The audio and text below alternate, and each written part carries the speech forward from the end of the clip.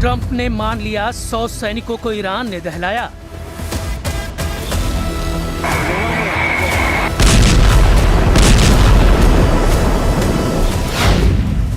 Trump ने कबूल कर लिया, ईरान ने 10 दोस्त देशों को पीट डाला।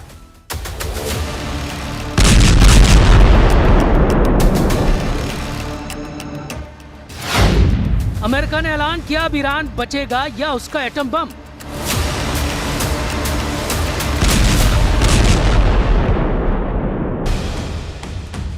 लेकिन ईरान बातें कम, हमले ज्यादा कर रहा है। ईरान ने फिर से कुवैत के एनर्जी और पानी के इंफ्रास्ट्रक्चर पर भीषण बमबारी की है। कुवैत ने जानकारी दी कि उसके बिजली और डिसैलिनेशन प्लांट पर भयानक हमला हुआ है। लगातार चौथे दिन ईरान ने कुवैत पर कहर ढाया है। कुवैत की तरह ईरान 5 देशों को कुचल रहा है। लेकिन अमेरिका की मार भी बड़ी डरावनी है। सुपर पावर ने अपने विनाशकारी हथियारों को युद्ध में झोंक दिया है।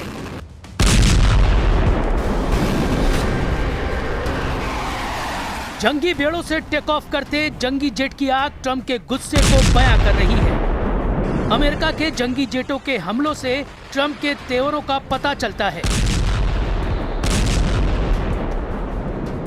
बस एक जंगी जेट का तहलका देख लीजिए, ऐसे सैकड़ों फाइटर ईरान पर बारूद बरसा रहे हैं।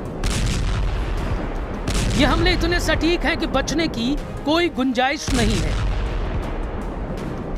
लड़ाकू जेट जब मिसाइल दागता है तो ईरान के मिलिट्री ठिकानों को एक धमाके में धूल में मिला दे रहा है।